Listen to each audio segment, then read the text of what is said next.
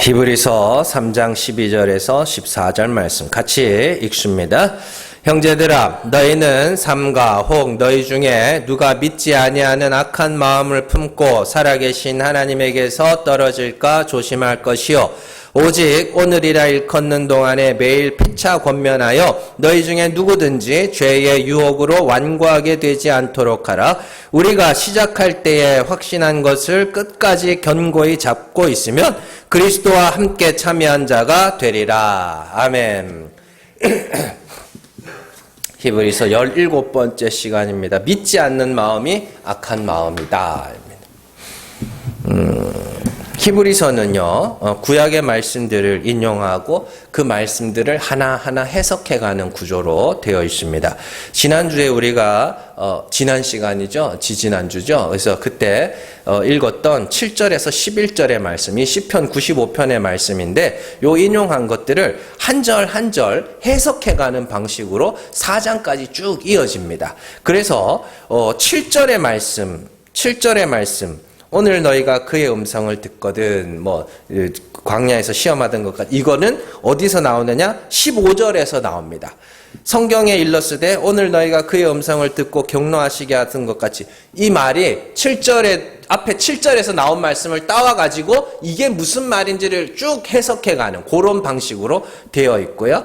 또 8절과 9절의 말씀은 16절에서 19절의 말씀에서, 10절에서 11절의 말씀은 4장 5절의 말씀에서 다시 한번 해석해가는 그런 구조로 되어 있습니다. 그러니까 이런 것들을 알고 우리가 성경을 읽어나가야 되는 것이죠. 자, 이러한 히브리서의 구조는 굉장히 독특한 구조로서 오늘날로 치면은 구약의 말씀들을 신약으로 주해해가는 겁니다. 그러니까 구약의 말씀을 이렇게 읽고 이게 무슨 말이냐면 이렇게 이런 말씀에 이런 식으로 주해해가는 그런 과정이죠. 그래서 그렇다면 히브리서 기자가 이 시편 95편의 말씀을 주해하면서 도대체 무슨 이야기를 하고 싶었던 것인가?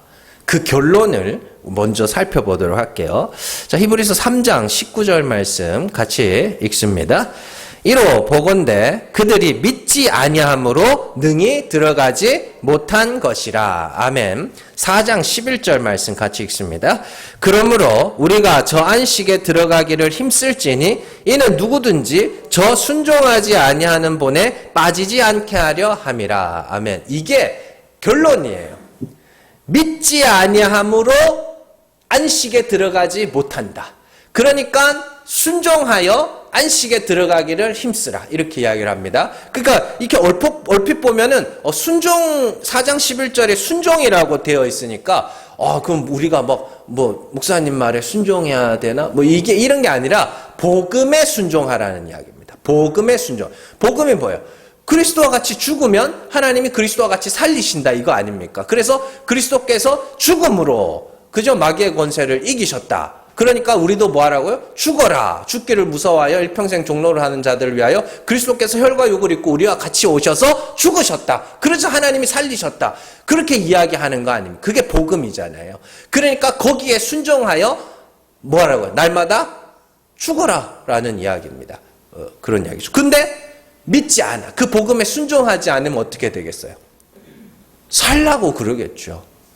죽기를 무서워하니까 자꾸 살라고 하겠죠. 그 이야기를 하는 겁니다.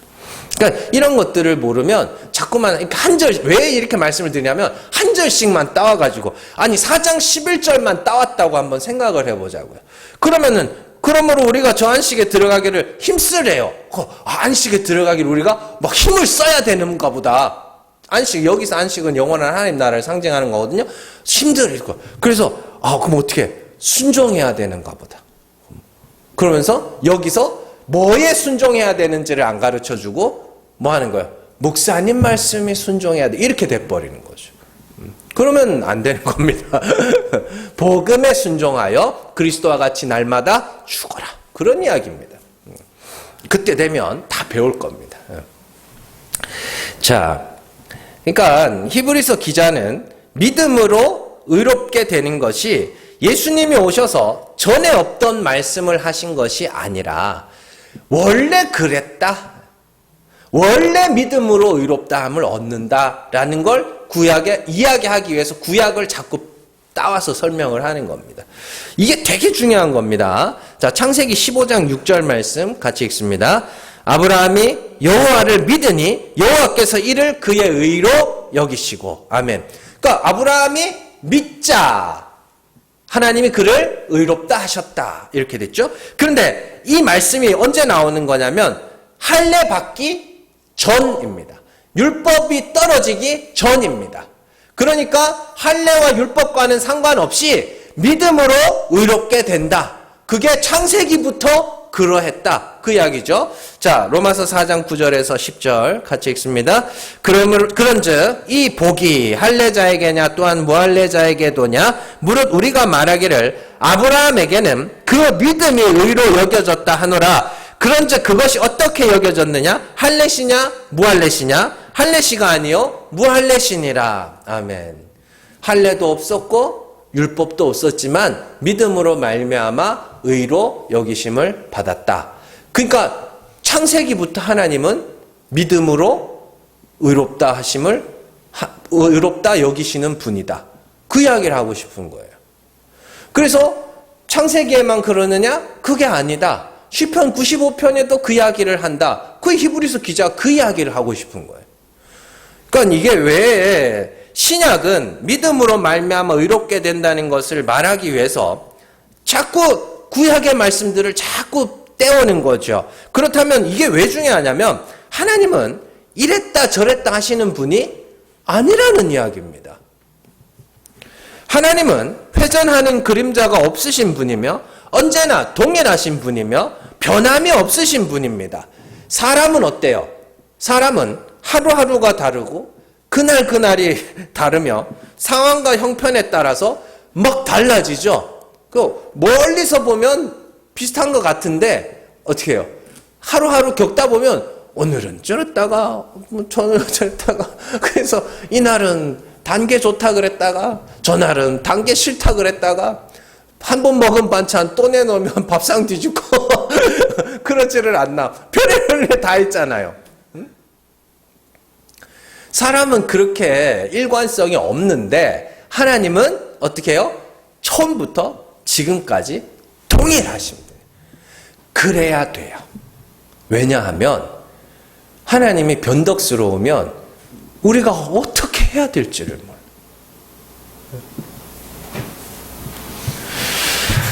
그렇게 변함없으신 하나님이 창세기에서부터 믿음을 의로 여기시는 분이시면 지금도 믿음을 의로 여기시는 분이라는 것이죠.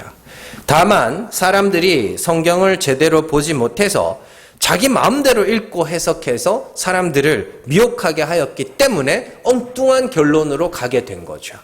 자, 예레미야 8장 8절에서 9절 말씀 같이 읽습니다.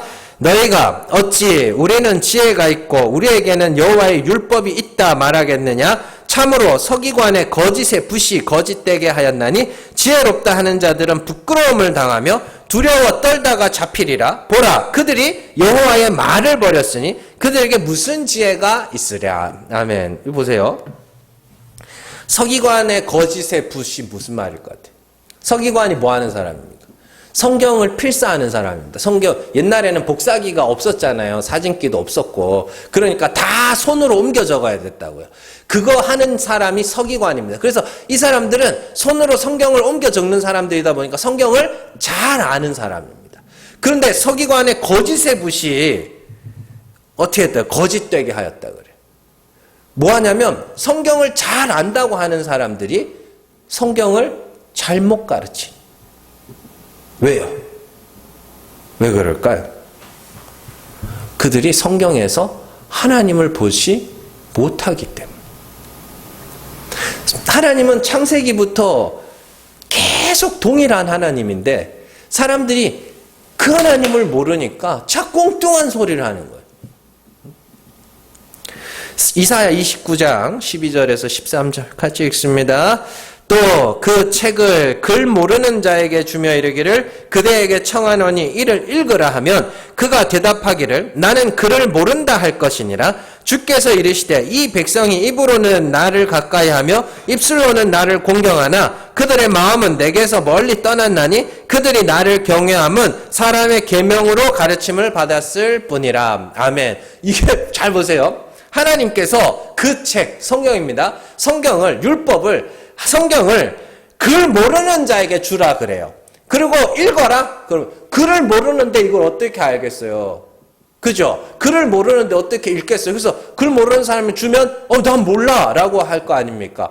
그게 정상인데, 그런데 어떤 자들이 아는 척 하는 거예요. 어떻게 해요? 성경을 사람의 계명으로 삼아 헛되이 가르치는 거예요. 그리고 예수님이 인용하신 말씀이에요. 이게 복음서에서. 성경은 하나님이 어떠한 분인지를 알라고 주신 책이지 사람 보고 어떻게 살아라고 주신 책이 아니라는 이야기입니다. 그래서 여호와의 책은 아무나 가르치고 아무나 읽어서는 안 됩니다. 왜냐하면 닫힌 눈으로 보면 하나님이 안 보이는 겁니다. 제가 주일에도 설명을 드렸지만 닫힌 눈으로 보면 하나님이 안 보여요. 그냥 사람의 계명, 사람이 어떻게 사람의 이야기로 말이 안 돼. 사람의 계명으로밖에 보이지 않는 겁니다. 자, 그래서 사람의 계명을 가르치면 어떻게 된다 그래요? 사람들의 마음이 하나님에게서 멀리 떠나게 되는 거죠. 이게 되게 무서운 겁니다. 그러면 한번 생각을 해보자고요. 그러면 그 사람들이 서기관의 거짓의 붓, 스스로 지혜 있다 하는 자, 하나님을 못 보면서 사람의 계명으로 가르쳐서 사람들의 마음을 떠나게 하는 자, 이들이 그렇게 하고 싶어서 할까요? 내가 사람들을 다 멸망으로 데려가야지 이런 마음으로 그걸 할까요? 아닙니다. 이 사람들을 다 지옥 보내버려야 되겠다 그런 마음으로 하지 않아요. 자기 지혜, 자기가 옳다고 생각하는 걸 전하는 거라니까요. 그게 더 무서운 거예요. 사기꾼이 자기가 사기를 치는지 모르면 그 사기꾼이 제일 무서운 사기꾼입니다. 네. 그래서 이 선동당하는 사람들이 사실은 제일 무서운 사람들이거든요.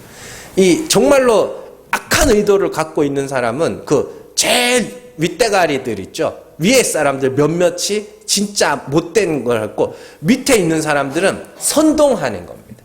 그래서 캄보디아죠. 킬링필드라고 불리는 그 진짜 막 엄청나게 사람들이 많이 크메르 루즈 정권이 잡고 사람들 어마어마하게 죽였습니다. 안경 끼면 다 죽였습니다. 안경 끼면 학자라 그래가지고 똑똑한 사람이 있으면 나라가 망한다 그래가지고 안경 끼면 다 죽였고요. 선생님 다 죽였고요. 책 보는 사람 다 죽였습니다. 누가 죽였을까요? 누가? 중고등학생. 중고등학생이 죽였어요. 20대 30대가 아니고 중고등학생들이 선동당해가지고 걔네들이 죽이고 다녔어요. 그래서 옆집 아저씨 막 죽여. 근데 옆집 애가 우리 부모 막 죽여. 그래도 슬퍼하지 않아. 선동당해가지고. 그러니까 얘네들은 뭐하는 그게 자기들이 하는 일이 옳다고 생각하고 하는 거예요. 이게 되게 무서운 거죠. 그러니까 본심은 누구만 알아요? 위에 있는 사람들만 알아요. 핵심 인물들만 몇몇 사람만 알지 나머지는 다 선동당해가지고 이게 옳다고 생각하고 따라가는 겁니다. 마귀만 알아요. 마귀만 자기가 이 사람을 구원받지 못하게 하기 위하여 마귀만 그렇게 합니다. 마귀에게 장악된 인간들은 자기가 하는 일이 멸망으로 끌고 가는 일인지도 모릅니다. 그게 진짜 무서운 겁니다. 정말로 무서운 겁니다. 그래서 야고보는 아무나 선생이 되지 말라고 가르치는 것이죠. 야고보서 3장 1절에서 2절 말씀 같이 읽습니다. 내 형제들아 너희는 선생된 우리가 더 큰 심판을 받을 줄 알고 선생이 많이 되지 말라. 우리가 다 실수가 많으니 만일 말에 실수가 없는 자라면 곧 온전한 사람이라 너희 온 몸도 굴레 씌우리라. 아멘. 아무나 선생이 되지 말아야 하는 이유는 선생된 자들이 더 큰 심판을 받기 때문입니다. 왜냐하면 선생들이 잘못 가르치면 내게서 배운 자들이 어떻게 해요? 지옥불에 던져지기 때문입니다.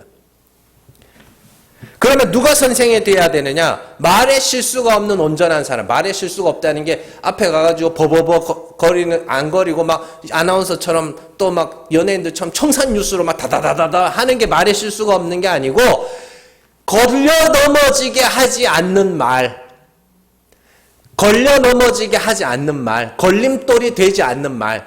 한마디로 예수 그리스도의 십자가와 그를 죽은 자 가운데서 살리신 하나님에 대해서 말하는 것. 그것이 온전한 사람이며 말에 실수가 없는 자입니다. 야고보의 언어로 바꾸면, 야고보서의 언어로 말하면 하나님은 가난한 자를 믿음에 부여하게 하여 하나님 나라를 유업으로 주시는 분이라는 그 이야기. 그러니까 믿음에 부여하려면 뭐 해야 돼요? 가난하게 돼야 되는 거죠. 가난한 건 뭐예요?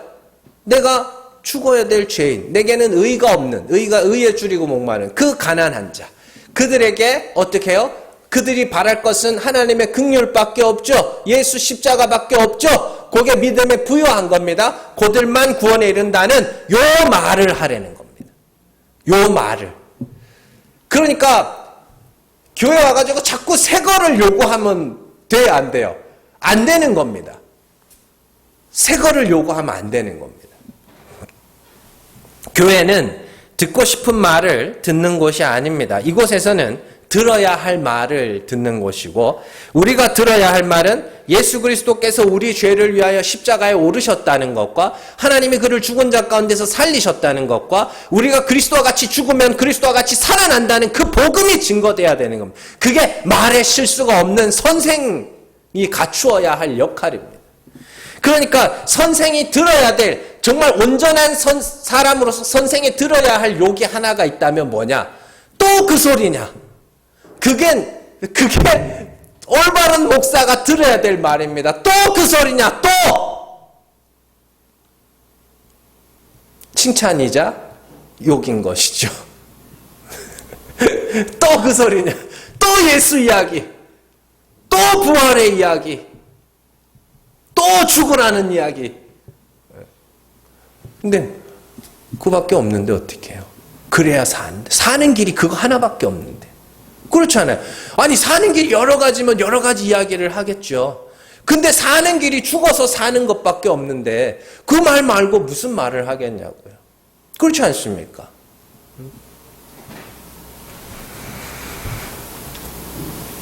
하나님은 한 분이시고 성경은 그 한 분 하나님이 어떠한 분인지를 말하고 있는데, 가르치는 선생들이 각자 말하는 하나님이 다르다면 여러 선생들 중에 누구 하나는 반드시 뭐하고 있다는 소리, 거짓말을 하고 있다는 소리죠. 거짓 교사들은 자신들이 거짓 교사가 되고 싶어서 되는 것도 아니고 심지어 자신이 거짓 교사인지도 모릅니다. 그들은 스스로 옳다 여기는 것을 말하고 가르치는 자들입니다.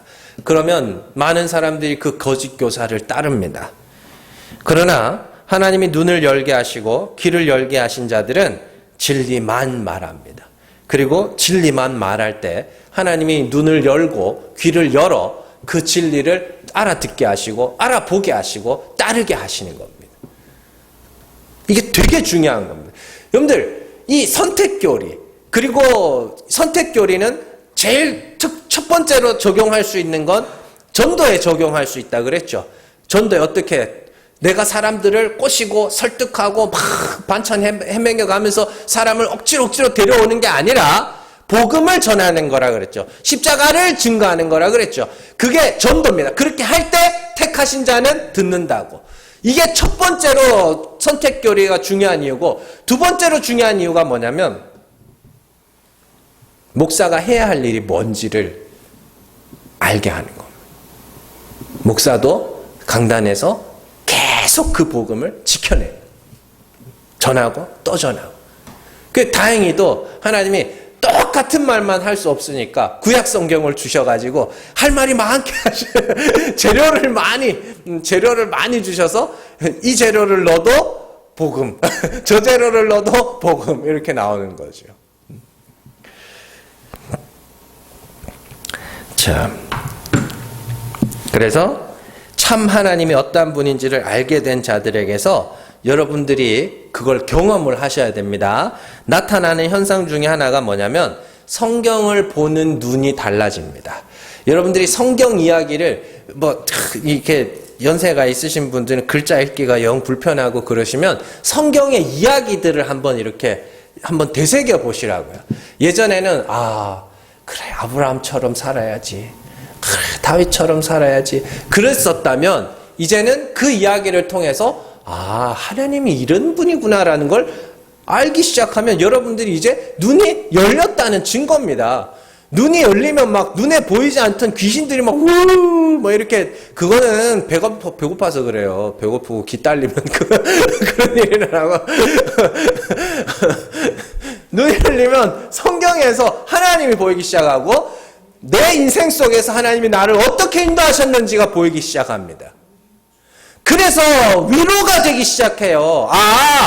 하나님이 이렇게 그때는 참 원망도 많이 하고 막 정말 왜 세상에 나밖에 없나 하고 했더니 아이고야 그때도 하나님이 역사하고 계셨구나. 그게 위로가 되기 시작하는 것이죠. 여러분들 그런 경험들을 하셔야 되는 거고 하나님이 하게 하실 줄로 믿습니다. 자, 그래서 성경이 이제 구약의 말씀으로 보지 않게 되고 아이고 여기도 하나님이 있었네. 아이고 여기도 하나님이 있었네. 이렇게 되겠죠. 아이고 그러네. 하나님이 진짜 그런 분이네. 아이고 이렇게 되는 거예요. 이게 여러분들에게서 나타나는 현상들입니다.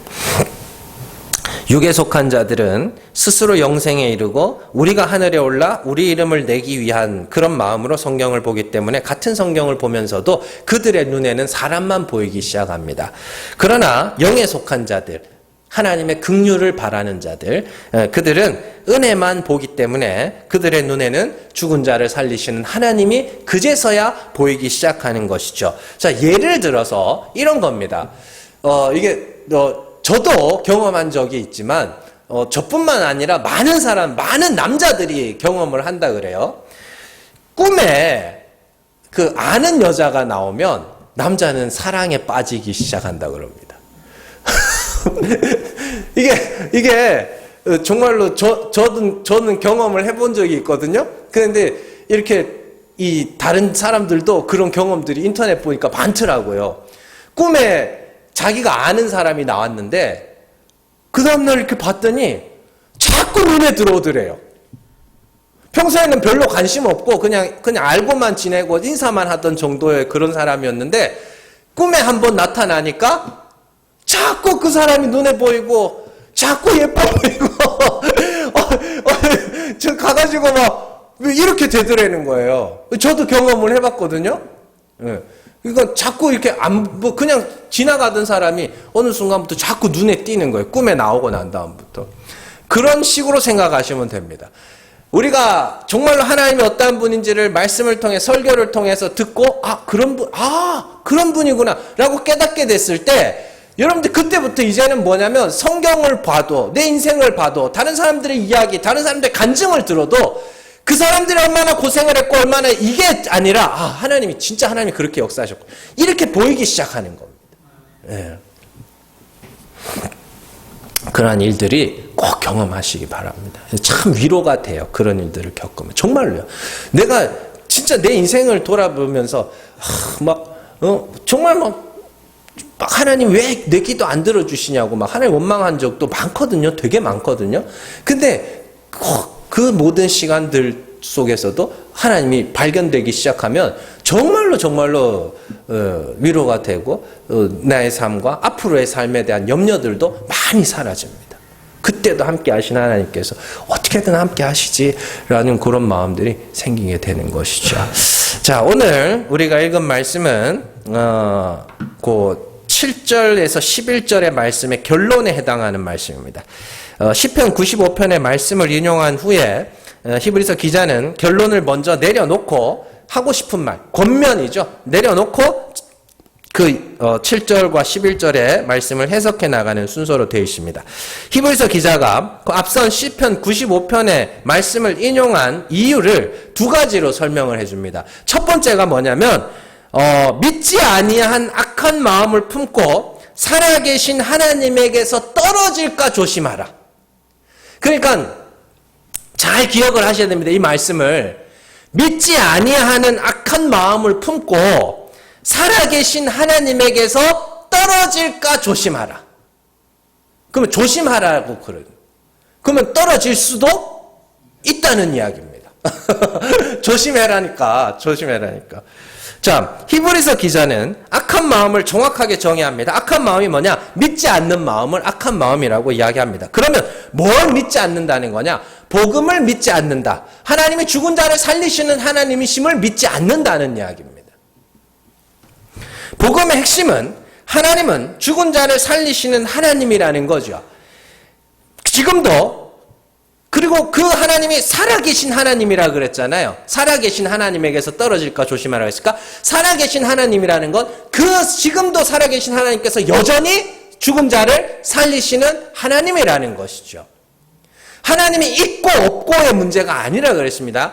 그 하나님이 어떤 분이냐의 문제인 것이죠. 그러니까 옆집 애한테 너 아빠 있어? 아빠 없어? 이 문제가 아니라 너희 아빠 어떤 아빠야?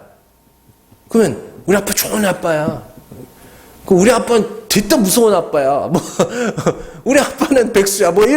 그런 식으로 하듯이 살아계신 하나님이라는 건 하나님이 존재하고 있다가 중요한 게 아니라 그 존재하신 하나님이 어떤 분인가가 중요한 겁니다. 그래서 그 하나님이 죽은 자를 살리시는, 처음부터 끝까지 죽은 자를 살리시는 하나님이었다는 거. 그게 중요한 것이죠. 자, 그런데 여기에 주의하라가 붙어 있다. 이게 중요한 겁니다. 왜냐하면 우리가 믿지 않는 악한 마음을 품으면 나도 모르게 하나님을 떠날 수 있다는 뜻입니다. 나도 모르게. 바울도 똑같은 말을 했습니다. 자, 갈라디아서 1장 6절 말씀 같이 읽습니다. 그리스도의 은혜로 너희를 부르신 이를 이같이 속히 떠나 다른 복음을 따르는 것을 내가 이상하게 여기노라. 아멘. 이 이야기예요. 같은 이야기예요. 그리스도의 은혜로 성도들을 부르신 이는 살아계신 하나님, 죽은 자를 살리신 하나님입니다. 그런데 갈라디아 교회 성도들이 다른 복음을 따르는 것을 보고 살아계신 하나님을 속히 떠났다라고 이야기를 합니다. 이 떠났다, 아피스테미, 이게 우리가 오늘 읽은 말씀에 나오는 그 말씀과 똑같은 거예요. 떨어질까? 조심하라. 그 떨어지다라는 단어가 떠나다라는 단어, 똑같은 단어. 바울이 똑같은 단어를 쓰고 있는 거죠. 자, 그러면 중요한 게 그겁니다. 하나님을 떠나는 게 뭐예요? 네? 하나님을 떠난다는 게 뭐냐? 무슨 뜻이냐고요? 교회 안 나오는 거? 예배 빠지는 거? 그건 교회를 떠난 거고 하나님을 떠나는 게 뭐예요? 이걸 알아야 돼요. 이게 핵심입니다. 하나님을 떠나는 게 뭐예요? 바울이 말하죠. 1장 6절에서 그리스도의 은혜로 너희를 부르신 이를 이같이 속히 떠나서 어떻게 했다 그래요? 다른 복음을 따랐다. 그러면 그 다른 복음이 뭐였어요? 율법 지키고 할례 받는 거.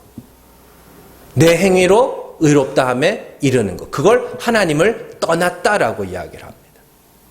그러면 하나님께 붙어 있는 자는 어떤 자예요? 하나님이 불쌍히 여겨주셔야 나는 구원에 이른다. 하나님이 은혜로 세우신 십자가가 아니면 나는 구원받을 수가 없다. 요 상태를 하나님께 붙어 있다고 하는 거고, 하나님을 떠났다는 건 내가 구원에 이르러야지. 이게 하나님을 떠났다고 이야기를 하는 겁니다. 자, 좀 더 쉽게 제가 설명을 해드릴게요. 하나님을 떠난 사람이 어떤 사람인지를 잘 보여주는 사람이 구약에 한 사람 나오는데 그게 바로 가인입니다. 가인은 자신의 제사를 받지 않고 아벨의 제사만 받았다는 이유로 아벨을 때려 죽인 사람이죠. 그때 하나님께서 가인에게 아주 특별한 형벌을 하나 내리십니다. 자, 창세기 4장 11절에서 12절 말씀 같이 읽습니다. 땅이 그 입을 벌려 내 손에서부터 내 아우의 피를 받았은즉 내가 땅에서 저주를 받으리니 내가 밭을 갈아도 땅이 다시는 그 효력을 내게 주지 아니할 것이요 너는 땅에서 피하며 유리하는 자가 되리라. 아멘. 자, 하나님은 가인이 아벨을 죽인 죄로 인하여서 다른 거 다 차치하고 12절 마지막에 보면 피하며 유리하는 자가 될 거다. 이게 방황하며 유리하며 방황한다 이런 단어거든요. 피하다는 단어가 방황하는, 막 정처 없이 방황하는 걸 이야기를 합니다. 자, 그렇다면 가인은 하나님을 떠나 유리하며 방황하는 삶을 살아야 됩니다. 정착하지 못한 자가 돼야 된다는 소리죠. 그런데 가인은 유리하며 방황하는 자가 아닙니다. 그렇게 살지 않습니다. 창세기 4장 16절에서 17절 같이 읽습니다. 가인이 여호와 앞을 떠나서 에덴 동쪽 놋 땅에 거주하더니 아내와 동침하매 그가 임신하여 에녹을 낳은지라 가인이 성을 쌓고 그의 아들의 이름으로 성을 이름하여 에녹이라 하니라. 아멘. 잘 보세요. 가인이 여호와를 떠났는데 어디로 떠났다 그래요? 에덴 동쪽이라고요. 자, 아담과 하와가 쫓겨난 곳은 어디예요? 에덴 동편입니다. 자, 동쪽이라는 건 항상 하나님에게서 쫓겨남을 당하는 자들이 쫓겨나는 방향입니다. 에덴 동쪽, 에덴 동편. 그래서 이스라엘 백성들이 바벨론에 쫓겨갈 때도 동편으로 쫓겨갑니다. 그리고 성전 문이 어디로 나 있어요? 동쪽으로 나 있어요. 그래서 성전 동쪽에서 쫓겨난 자들이 어떻게 해요? 성전으로, 그래서 그리스도의 보좌 앞으로, 하나님의 보좌 앞으로 나오게 되는 그런 모양을 담아놓는. 자, 그리고 애굽에서 나온 백성들이 가나안에 들어갈 때 어디로 들어가요? 요단 동편에서 요단을 가로질러 이렇게 들어가죠. 그래서 동쪽은 하나님에게서 쫓겨난 자들, 그리고 동쪽에 쫓겨난 자들이 돌아올 때는 항상 동쪽에서 서쪽으로 이렇게 돌아오는 방향. 성경이 이게 되게 중요한 겁니다. 그래서 동쪽은 항상 하나님에게서 쫓겨난 자, 하나님에게서 떠나간 자들이 나타내는 그런 방향이거든요. 자, 그런데 중요한 것은 보시면은 그 4장 16절에 가인이 여호와 앞을 떠나서 에덴 동편 놋 땅에 거주하였더니, 이 놋이라는 땅 이름이 이게 4장 12절에 나오는 유리하며라는 뜻입니다. 방황하며 이런 뜻입니다. 그러니까 그 땅 이름이 유리하며 방황하는 땅인 것이죠. 자, 재밌는 겁니다. 성경에 이런 부분들이 많이 나와요. 자, 그런데 보시면은 그 하나님을 떠나서 방황하는 자들이 어떻게 살아가는지를 가인이 보여주는데 뭘 해요? 성을 쌓고 살아요. 하나님을 떠난 사람이 성을 쌓고 살아요. 그리고 거기서 거주하다고 돼 있는데 정착하다라는 단어. 되게 웃기죠. 하나님은 유리하며 방황할 거라고, 정처 없이 떠돌아다닐 거라고 이야기했는데 정작 가인은 성을 쌓고 정착하면서 살아요. 그게 유리하며 방황하는 삶입니다. 왜요? 하나님의 보호하심을 믿지 못하여. 하나님의 보호하심을 믿지 못하니까 사람이 뭐 해야 돼요? 자기 몸은 자기 스스로 지키고 보호해야 되는 겁니다. 그러니까 뭐예요? 성을 쌓고 살아요. 그리고 거기에 성 안에 정착하면서 살아가야 되죠. 그런데요, 하나님에게 붙들린 사람들, 제일 대표적으로 누구예요? 아브라함이 있습니다. 아브라함의 삶이 어떠했느냐? 너무 간단하죠. 갈대우르에 살 때 하나님께서 아브라함에게 나타나셔서 내 본토 친척 아비의 집을 떠나 내가 내게 명하는 땅으로 가라. 그리고 갑니다. 그리고 아브라함이 살아있는 동안 자신이 정착할 땅이 있었어요? 없었어요? 없었습니다. 일평생 방황하며 일평생 유리하며 방황하며 살았던 게 누구예요? 아브라함입니다. 애굽으로 갔다가 가나안 안에서도 세겜으로 갔다가 베델 어디 갔다가 베델로 갔다가 날려 가만히 있지를 못해요. 계속 옮겨 다닙니다. 집이 있었어요? 없었어요. 장막 쳐놓고 살았습니다. 근데요, 그게 정착한 자의 삶입니다. 왜요? 어디를 가든지 여호와께서 함께 하시고 지키고 보호하셔 주시기 때문에 그가 정착한 자. 그 되게 이게 아이러니한 거예요. 복음이 이렇게 그래서 아이러니한 겁니다. 자, 하나님을 떠난 사람은 내가 나를 지켜야 돼. 그래서 성을 쌓고 정착하고 살고. 근데 하나님이 함께 하시는 자는 하나님이 나를 지켜주시기 때문에 정착하지 어딜 가도 돼요. 어딜 가도 되고 성을 쌓을 필요가 없고 정착하며 그게 하나님 안에서 정착하는 거예요. 그래서 다윗이 그렇게 이야기를 하죠. 시편 18편 1절에서 2절 말씀 같이 읽습니다.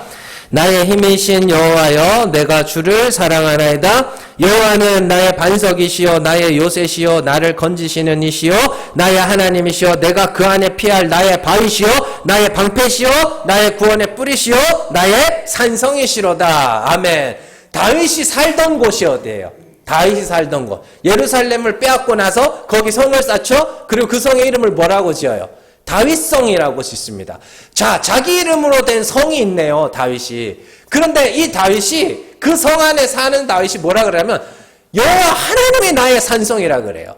그건 이 산성, 자기가 세운 성이지만 이건 나를 지킬 수가 없다는 뜻입니다. 나를 지키시고 나를 보호하시고 나를 방어해 주시는 분은 여호와 하나님밖에 없다는 뜻이에요. 그게 뭐예요? 정착한 자의 삶. 여호와 안에서 정착한 자의 삶이라고요. 그러니까 여호와를 떠나면 내가 나를 지켜야 되고 여호와께 정착하면 여호와께서 나를 지켜주시는 이런 모양이 되는 겁니다. 그러면 이걸 구원의 원리를 여기에 적용을 하면 어떻게 되느냐? 믿음이 있는 자는 자기가 쌓은 행위가 없어요. 쌓았던 것도 없어져 가는 거고 다윗성 안에 머물던 다윗이 이 성이 나를 지키는 것이 아니라 여호와 하나님이 나를 지키신다고 고백했던 것처럼 내가 아무리 많은 행위를 쌓았고 아무리 착한 일을 많이 했고 아무리 많은 사람들이 칭찬을 받는다 할지라도 나를 구원하시리는 오직 예수 그리스도밖에 없다는 그 고백을 하는 자가 복음에 순종하는 자입니다. 그게 내 행위를 다 뭐한 거예요? 부정하는 거 아닙니까? 그런데 이 자리에서 떠나면 어떻게 되냐면 내 행위의 산성을 쌓기 시작하는 겁니다.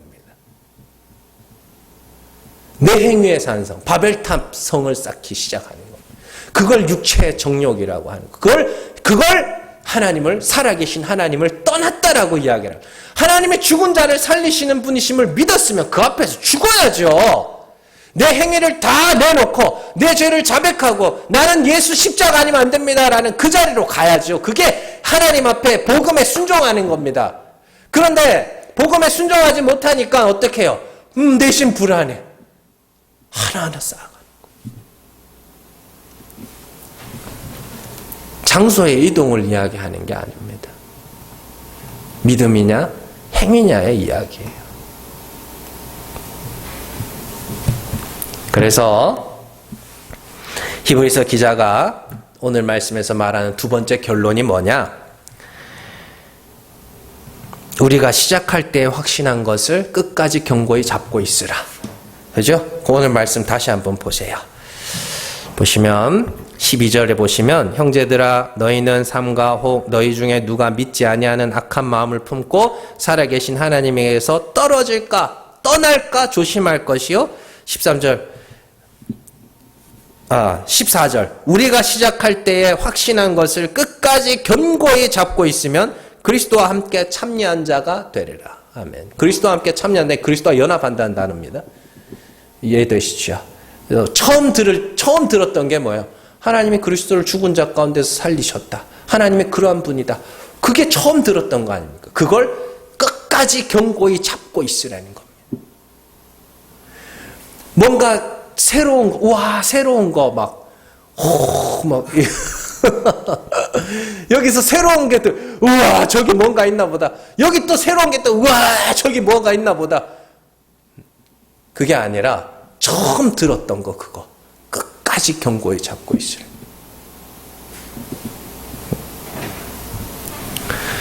그래서, 사실 신앙생활은요, 처음 들었던 거, 그거 지키는 겁니다. 그게 어렵습니다, 사실은. 처음의 것을 지키는 게 어렵습니다. 여러분들, 장인들이 왜 장인이라 그러겠어요? 옛날에 제가 이제 좀 요리에 관심이 있다 보니까 칼을 좀 좋은 칼을 한번 구해보고 싶어가지고 이렇게 여기저기 안 샀습니다. 그냥 알아보기만 했습니다. 알아보다 보니까 우리나라에서 몇 대로 이제 이렇게 내려온 장인이 있더라고요. 그 장인이 왜 장인이냐면 뭔가 새로운 것을 받아들이고 뭔가 새로운 기술을 받아들이고 이래서 장인이 아니라 처음 거 그거 있죠. 그걸 지키는 걸 장인이라 그래요. 요즘엔 이것도 풀무질 이거 치는 거 있죠. 단조하는 것도 다 사람 손으로 안 하거든요. 기계로 사람 손 물론 하기는 합니다만은 기계로 다 하거든요. 그리고 가는 것도 이렇게 싸구려 칼들은 가는 것도 그냥 다 기계로 다 갈아버려요. 그리고 마지막에 그냥 사람 손으로 조금 하지. 근데요, 장인들은요, 자기 손으로 합니다, 이걸. 그 미련해 보이잖아요. 근데 그걸 장인이라 그래요. 처음 걸 지켜내는 사람들을. 여러분들, 정말 신앙생활의 장인이 되셔야 됩니다. 처음에 들었던 거, 하나님이 죽은 자를 살리시는 분이시며 그리스도께서 죽은 자 가운데서 살아나심으로 하나님이 그러한 분이 우리에게 나타내 주셨고 그래서 우리도 그리스도와 같은 죽음을 죽으면 하나님이 그리스도를 살리신 하나님이 나도 살리신다는 그거 처음 들었던 거 그걸 지키셔야 됩니다. 그리고 근데 만약에 그걸 떠났다? 어떻게 되느냐? 자꾸만 뭔가를 쌓아가기 시작합니다. 그래서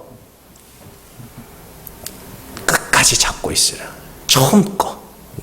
요한일서 2장 24절 말씀 같이 읽습니다. 너희는 처음부터 들은 것을 너희 안에 거하게 하라. 처음부터 들은 것이 너희 안에 거하면 너희가 아들과 아버지 안에 거하리라. 아멘. 처음 들었던 거.